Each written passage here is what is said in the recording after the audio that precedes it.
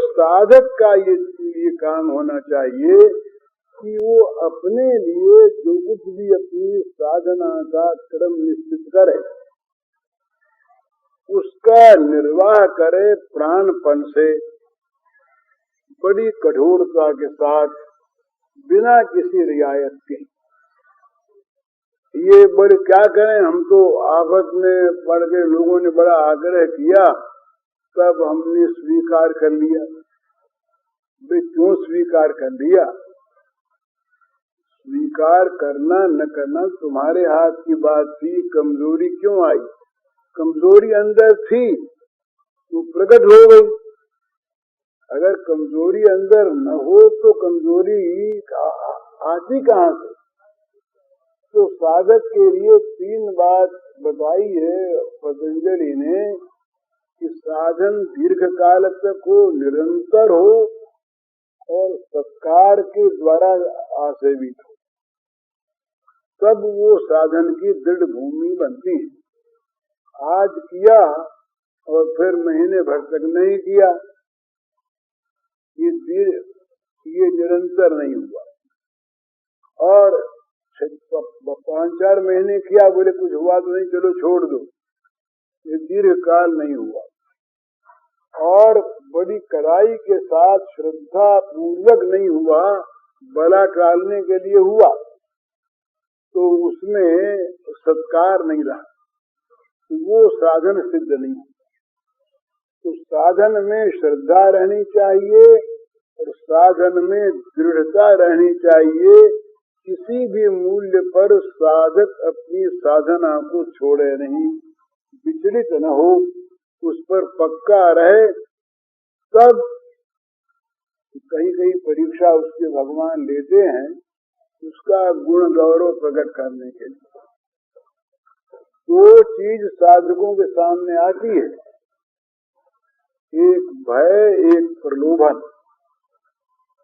ये भय और प्रलोभन में जो नहीं पड़ते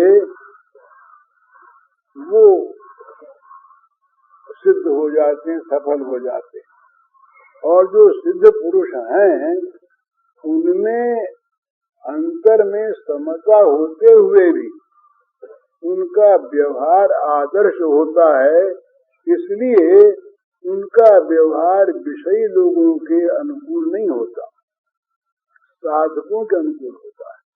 क्योंकि वो स्वयं वैसा आचरण करके लोगों में उस प्रकार की बात पैदा करना चाहते हैं ना। वो रामकृष्ण परमहंस ध्यान कर रहे थे एक दिन, तो वो तोतापुरी एक महात्मा थे, वो आए, उन्होंने कहा कि आप ध्यान क्यों करते हैं? बोले रोज ध्यान न करें तो भगवान में मन कैसे लगे? तो बोले आपका मन लगना बाकी है क्या? रोज ध्यान आप क्यों बैठते हैं? तो बोले भाई लोटा रोज न मांजे तो उसमें काट लग जाता है। तो उन्होंने कहा कि सोने का लोटा हो जाए क्या फिर भी काट लगता है? तो रामकृष्ण ने उत्तर दिया कि सोने वाले का तो सोने का हो गया, तो सबका तो पीतल का है। सोने वाला पीतल वालों के बीच में रह करके लोटा मांजना छोड़ दे और पीतल वाले भी उसके देखा देखी छोड़ दें, तो सब पीतल वाले लोटों के काट लग जाएगा। तो पीतल के लोटों में काट लगाने का वो कारण बनाना, इसलिए पीतल वाले लोग भी लोटा मांजना न छोड़ें, अतएव सोने वाले को भी रोज मांजना चाहिए।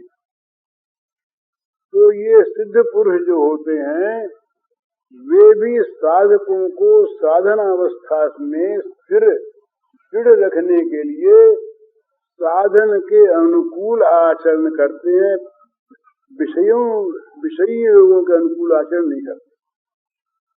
जो करते हैं वो या तो वो अलमस्त फकीर हैं, वो उनको बाहर का कुछ पता नहीं है, और या वो दम्भी। दो ही बात है, या तो वो संत हैं ही, और संत यदि हैं तो वो किसी ऐसे प्लेन पर हैं जहाँ ये जगत है नहीं, व्यवहार में भी नहीं। तो सिद्ध पुरुष भी, भगवान ने कहा कि भगवान ने लोक संग्रही के रूप में तीसरे अध्याय में अपने को उपस्थित किया। तो यहाँ ये बतलाया कि भाई हमें कुछ पाना वाना नहीं, नान वाप्तम अवाप्तव्यम भर्ते वच कर्मणि, भाई कुछ हमें प्राप्त करना बाकी हो ये बात नहीं है, पर हम तब भी आदर्श कर्म करते हैं। भाई क्यों करते हैं? यदि आचरति तत्तदेवेतरोजन श्वेत प्रमाणम कुरुते लोक तदनुवर्तते। समाज में जो अच्छे लोग माने जाते हैं अपने ग्रोह में, उनकी नकल लोग किया करते हैं। यदि आचरति श्रेष्ठ लोग जैसा जैसा आचरण करते हैं उसकी लोग नकल करते हैं। नकल चल जाती है, बाहरी नकल बहुत चलती है। गांधी जी की गांधी टोपी चल गई, खादी चल गई, तो गांधी का हृदय कहाँ आया? गांधी जी ये बोले जवाहर जैकेट पहनते, जवाहर जैकेट चली, पर जवाहरलाल थोड़ी आ गए। गेरुआ लोग बहुत पहनते हैं, गेरुआ पहन करके लोग उसका दुरुपयोग करते हैं। आचरण का कि नकल होनी चाहिए। तो भगवान कहते हैं कि हम आचरण करते हैं, इसलिए यद्यदा आचरति श्रेष्ठ, जिस प्रकार का श्रेष्ठ लोग आचरण करते हैं इतर जन उसका अनुकरण करते हैं। यदि हम न वर्ते हम जातु कर्म संजरता मम वर्तमान वर्तते मनुष्या सर्वस्व उसी युर्मेलो का न कुर्याम कर्म चेद हम संघर्ष करता शामुपन्ना प्रजा। यदि हम सावधानी के साथ सजग रह करके ठीक ठिकाने से आदर्श कर्म न करें तो हमारी देखी लोग कर्म छोड़ देंगे, आदर्श कर्म छोड़ देंगे, हमारा तो कुछ नहीं बिगड़ेगा, उसी युग में लोग का ये लोग सारे उत्सन्न हो जाएंगे, इनका नाश हो जाएगा। इसलिए इनका नाश न हो, इनका पतन न हो, इसलिए कहा कि भाई न बुद्धि भेदम जनेत अज्ञानाम कर्म संजनाम योगे सर्व कर्माणि विद्वान युक्त समाचार। जो विद्वान है, युक्त है, योगी है, भगवत प्राप्त पुरुष है, उसको भी लोगों की बुद्धि में भ्रम पैदा न हो, कर्म संगियों की बुद्धि में। इसलिए उचित आदर्श कर्म में प्रवृत्त रहना चाहिए, वो आदर्श कर्मों का परित्याग न करे। तो सिद्ध पुरुष भी और साधक पुरुष भी, इन दोनों के आचरण होते हैं विषयी लोगों से विरुद्ध। इसीलिए विषयी लोग श्रद्धा पूर्वक वहां पर आते हैं, पर उनके साथ मेल नहीं खाता। साधुओं के प्राचीन काल में देखिए आप, साधुओं के आश्रम में लोग दर्शनार्थ तो आते थे, पर वहां डेरा डाल के नहीं रहते थे। क्यों नहीं रहते थे? दोनों के आचरण का मेल नहीं खाता। अरे एक दिन तो भरद्वाज जी महाराज ने अपने उस तपस्या के सिद्धि के बल से सारों को जिम्मा दिया, तो उन्हें कर दी। पर रोज रोज कैसे करते, ये आफत कहाँ से? रोज रोज उनको तो सबको खाने को चाहिए, तो एक दिन कर दिया, फिर चलो। तो ये जैसे फकीरों के साथ अमीरों का काम नहीं चलता। दोनों के दो रास्ते होते हैं। वहाँ जो चीज अच्छी लगती है उसका वो त्याग चाहते हैं, वहाँ जिसका त्याग चाहते हैं वहाँ वो उसकी प्राप्ति चाहते हैं। तो कैसे मेल खाएगा? जहाँ मेल खाता है वहाँ मामले में कुछ गड़बड़ होती है। वहाँ कुछ गड़बड़ी होती है, वहाँ ठीक ठिकाने से मामला नहीं ठीक पड़ता। ये कर्मयोग की बात कहना बड़ा सहज है। निष्काम कर्मयोग, आसक्ति रहित कर्म, अहंकार रहित कर्म होना बड़ा कठिन। इसके लिए त्याग की आवश्यकता होती है। स्वरूप से भी शंकराचार्य जी मूर्ख नहीं थे। शंकराचार्य जी ने जगत को ठीक ठिकाने से देखा कि अरे त्याग करते करते त्याग नहीं होता, त्याग करते करते विषयों से अलग रहते रहते मन में रहे हुए विषय खींच ले जाते हैं उस तरफ, और विषयों में रहते रहते अर्जुन जनक सब नहीं हो सकते। तो वहां पर स्वरूप से भी विषयों का त्याग आवश्यक होता है, और वो परमावश्यक होता है। नहीं तो विषय विषय तो रह जाते हैं और अनासक्ति तो आती नहीं।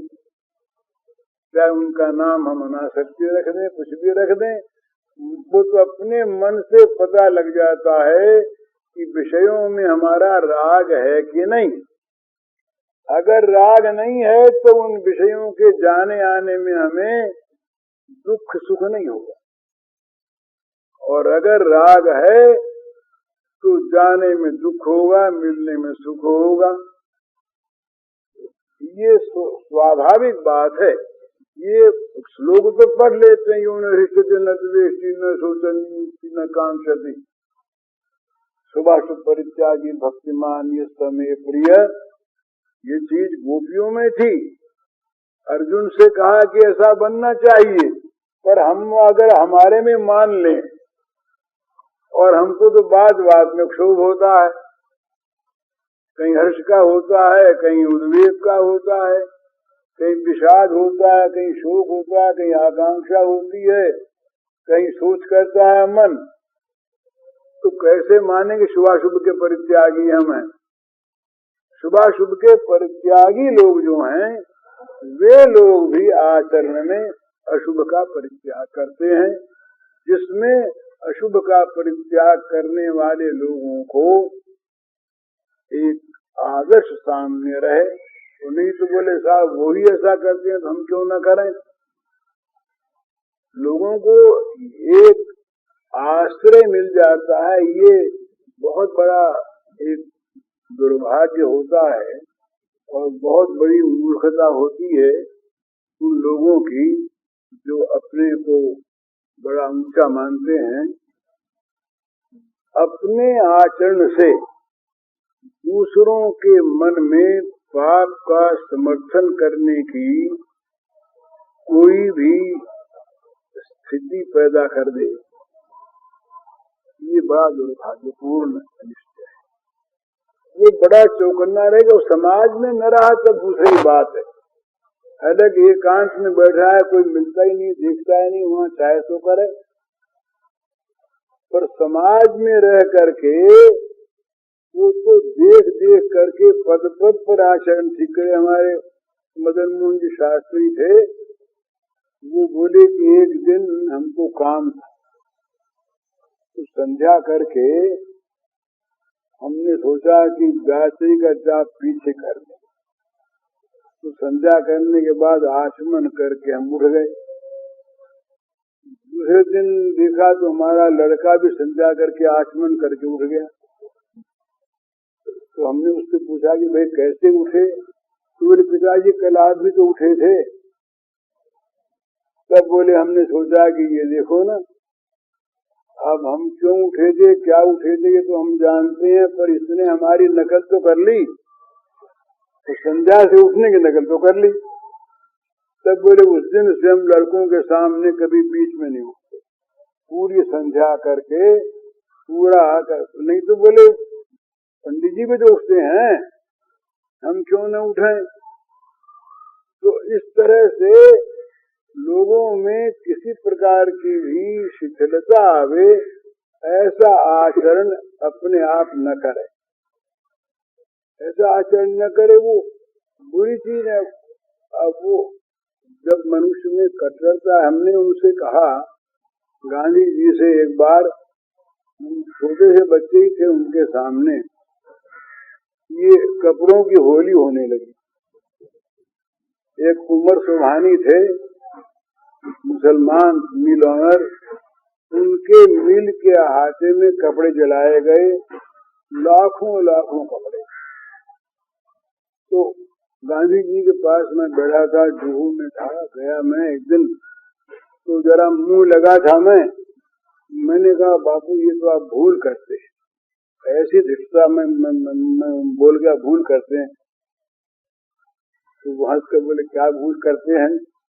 मैंने कहा लाखों आदमी नंगे भूखे रहते हैं, ये कपड़े आपने जलवाए क्यों? उनको बंटवा दिया होता। तो हंस करके बोले भैया देखो, तुम्हारे पास कहीं से शराब की बोतलें आ गई हों और हम तुमसे कहे कि इनको जला दो, फेंक दो, तुम कहोगे नहीं पीने वाले को बांट दे, क्या हर्ज है? तो क्या शराब के में दोष मानने वाले होकर तुम्हारा मन ये कहेगा कि शराब की बोतलें बांट देनी चाहिए, काम आ जाए? मैंने कहा नहीं, तब बोल यही बात है, ये जो विदेशी वस्त्र है ये हमारे लिए विष है आज, तो इसको तो जला ही देना। बोले इसमें जरा सी भी रियायत होगी तो लोग उस रियायत को तो पहले ले लेंगे, भावना की बात है, ये हमारा विदेशी से द्वेष नहीं है, भावना की चीज है। तो बात ठीक लगी उनकी, भावना की चीज है, तो वहां पर जरा सी भी रियायत आदमी कर देता है। ये सावित्री छोटी सी थी, कोई छोटी सी लड़की थी ये, तो मैं पहले बड़ा कट्टर था, तो मैं गिर गया, बड़ा कट्टर था मैं नियमों के पालन। तो हमारे घर में मिल का कोई कपड़ा आ नहीं सकता। मेरी छोटी बहन का ब्याह हुआ, उसका देहांत हो गया, ये चुनरी उनरी कोई हमारे घर में नहीं आ सकी उस समय।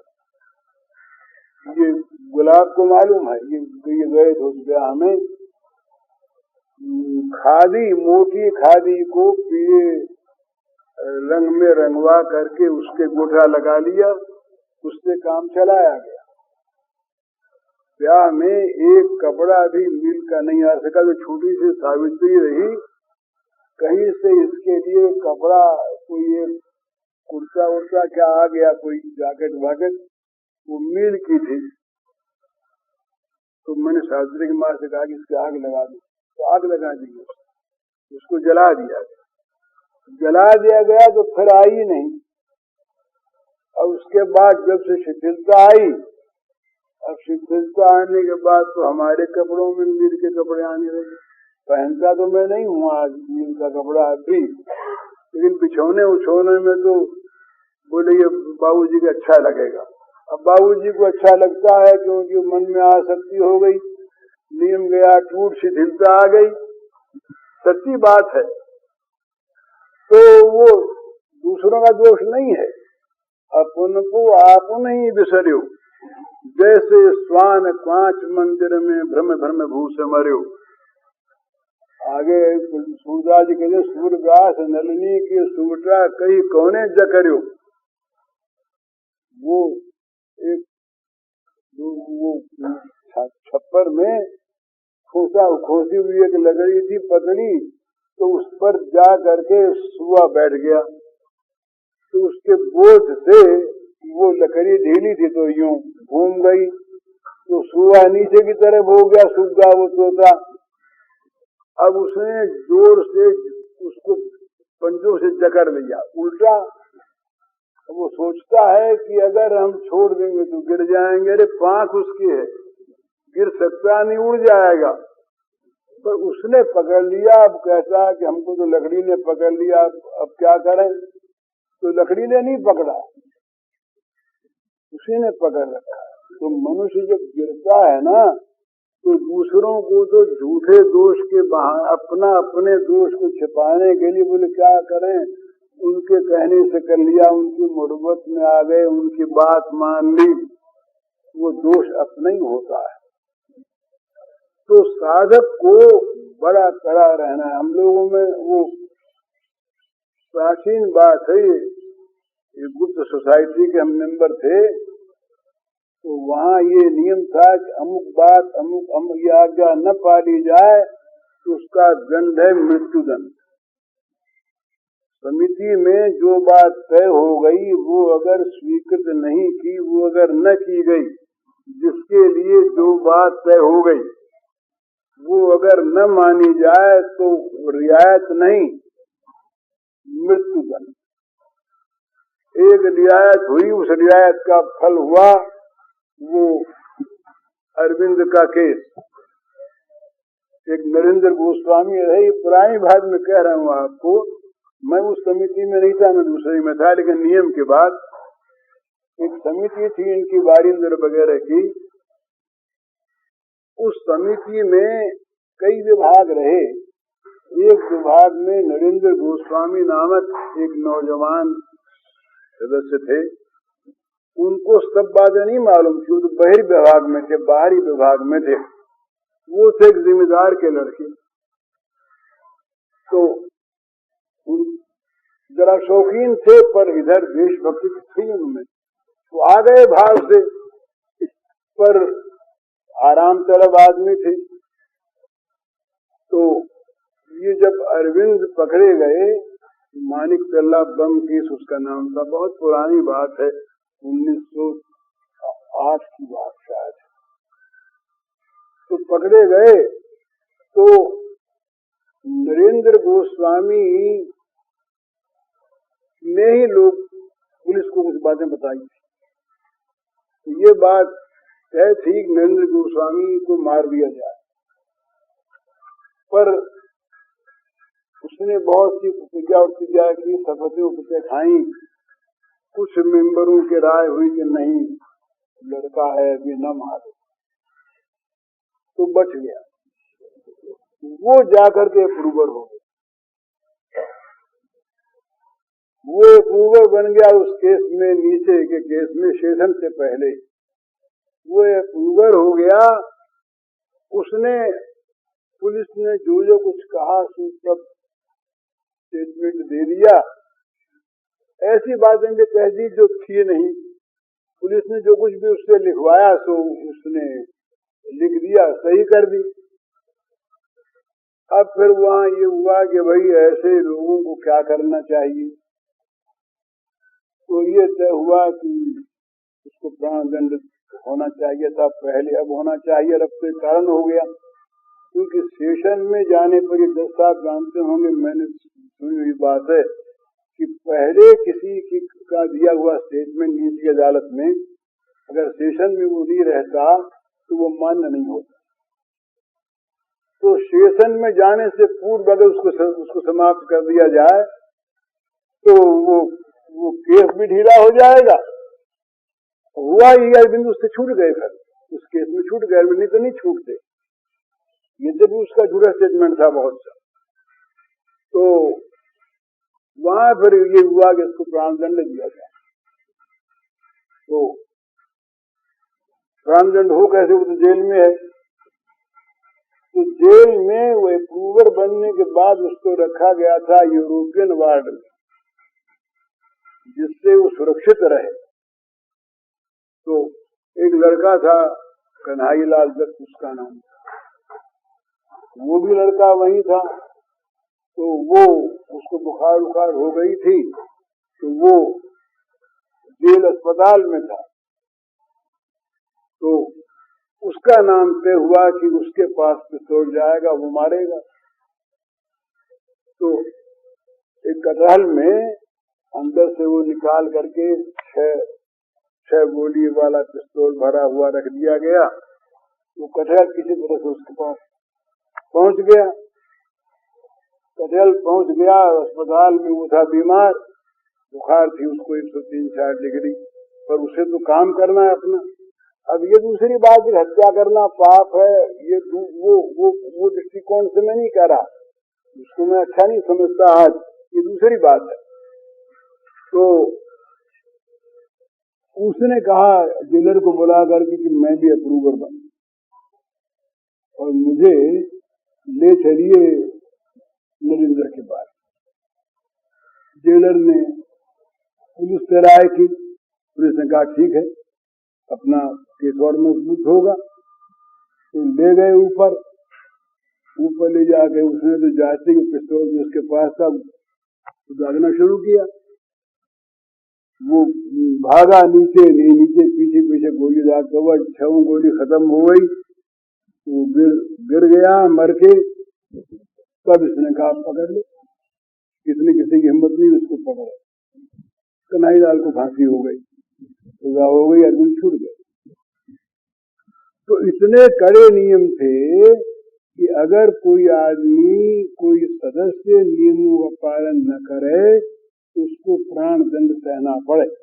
और ये बात पहले स्वीकार करने के बाद कोई मेंबर हो सकता था, ऐसे नहीं हो सकता था। तो ये जब राजनीतिक कारणों में इस प्रकार की लड़ाई होती है तो आध्यात्मिक साधन में जहाँ ऊंची से ऊंची चीज हम प्राप्त करना चाहते हैं वहाँ बड़े फूल खाते में प्राप्त करना चाहते हैं, कुछ न करना पड़े। बोले हमसे तो कुछ होता नहीं, हम तो पाप भी करते रहेंगे, बुराई भी करते रहेंगे, सारा काम भगवान अपने आप कर देंगे। अरे तुम्हारा क्यों कर देंगे? भगवान अगर कर देंगे तो सबका क्यों नहीं कर देंगे? तुम्हारे साथ पक्षपात क्यों है? क्यों कर देंगे तुम्हारा? और जहाँ भगवान जिम्मा लेते हैं वहां भी एक शर्त है, माम एकम शरणम व्रज। दूसरे की सारी आशा विश्वास भरोसा छोड़कर तुम सर्वथा और सर्वदा अपने आप को उनके समर्पण कर दोगे तब वो संभाल भी लेंगे। तो अपने आप को रिजर्व भी रखते हो। संसार की चीजों में भी वही ममता बनी हुई है, मोह भी बना हुआ है, आवश्यकता भी बनी हुई है, साधन की दृढ़ता भी नहीं है। और भगवान सब कुछ कर दें तो ये पोल खाता चलता नहीं भगवान के यहाँ। इसीलिए कुछ लोग कहते बोले हम तो इतने देर किया भगवान को नहीं मानते, तो न मानो। अरे भगवान को न मानने से भगवान की तो सत्ता मिटती नहीं। न मानने वाले लाभ से वंचित रह जाएंगे।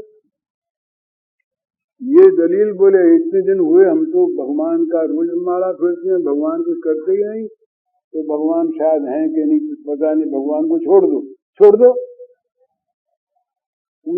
सत्य तो तुम्हारी स्वीकृति की अपेक्षा रखता नहीं। सत्य को तुम बोलो हम नहीं मानते तो न मानो। सत्य तो जो है सो रहेगा ही, जो है जिसकी सत्ता है ना सतो विद्यते भावो ना भाव विद्यते सदा। जो है उसका कभी अभाव नहीं होगा, जो नहीं है वो कभी होगा नहीं। तो जो है वो तो रहेगा ही, तुम चाहे मानो न मानो। तुम मानते तो तुमको सत्य की उपलब्धि होती, नहीं मानते तुम सत्य से वंचित रह जाओगे, सत्य तो रहेगा ही। तो इसलिए भगवान को जो प्राप्त करना चाहते हैं, साधना में प्रवृत्त हैं, उनके लिए अपने प्रति कठोर होने की आवश्यकता है। अपने प्रति वो रियायत स्वीकार न करे किसी, और उसमें कमजोरी अपनी होती है। और अगर वो पक्का रहता है तो उसकी फिर लोग सहायता करते हैं। लोग देखते हैं कि भाई ये इस काम में पक्का, लोग कहेंगे इनको मत छेड़ना, ये चीज नहीं खाएंगे, भला इनको न परोसना। लोग अपने आप सहायक बन जाते हैं दूसरे। और पहले तो लोग कुछ नाराज होते हैं, उसके बाद कहते हैं नहीं इनको मत छोड़। अब 10 साल के बाद शायद ये क्लब में ले जाने वाले लोग बहुत कम आते होंगे, शायद नहीं आते होंगे, बोले जान गए तभी तो क्लब में नहीं जाते तो बोले छोड़ो इनको, मनहूस आदमी है, इनसे ये काम के आदमी नहीं। क्यों आवे? अपने आप पिंड छूट जाता है, अपने आप समर्थक मिल जाते हैं। और पक्का रहे यहाँ पर एक दरबार रहा, एक दरबार था, ये गवर्नर थे जब यहाँ अंग्रेजी राज की बात, दरबार रहा तो उस समय एक दरबारी पोशाक हुआ करती थी।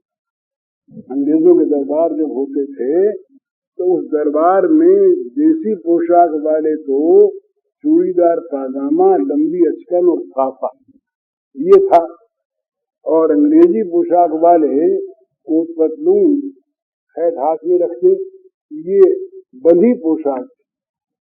यहाँ था दरबार और यहाँ वो होवार्ड थे, वो थे कमिश्नर, वो बड़ा प्रेम रखते थे हमसे, तो उन्होंने हमको निमंत्रण भेजा।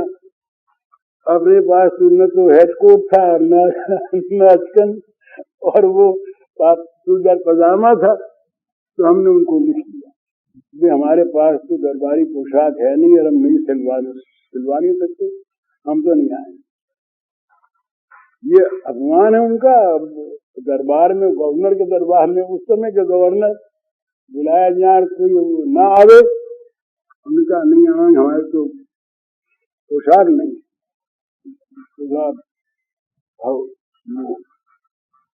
स्वयं आए, कमिश्नर आए, उन्होंने चिट्ठी देकर के आए, उसमें लिखा कि आप अपनी सफेद पोशाक में आए, आपके लिए कोई नहीं है। हम उसी पोशाक में गए। तो अपने दृढ़ रहने पर आदमी को कहीं कहीं वो जरा अपमान सहना पड़ता है। पहले अपनी दृढ़ता रहेगी तो उसके लोग समर्थक मिल जाएंगे। हम कहीं अब पहले हम लोग कहते थे, अब यहाँ जो पार्टियां वार्टियां होती है मैं ज्यादा कम उड़ गए, अब भी कहीं कहीं मुझे जाना पड़ता है तो मुझे कोई लोग तंग नहीं करते। अपने आप वो यहाँ के अफसर लोग कह देते हैं नहीं भाई जी को तंग नहीं करना, ये यहाँ बैठेंगे, हम लोग वो देखेंगे खाएंगे नहीं, अपने आप कह देते और नहीं तंग करते। तो अपनी ही कमजोरी होती है, अपनी दृढ़ता का अभाव होता है, हम जहां गिर जाते। नहीं तो हमारे सामने कोई असत्य बोल नहीं सकता। अगर हम पूरे सत्यवादी हों तो सत्य न बोलने में हिचकेगा आदमी, उसका साहस नहीं होगा। हमारे में अगर पूरी अहिंसा होगी तो हमारे सामने कोई हिंसा नहीं कर सकेगा।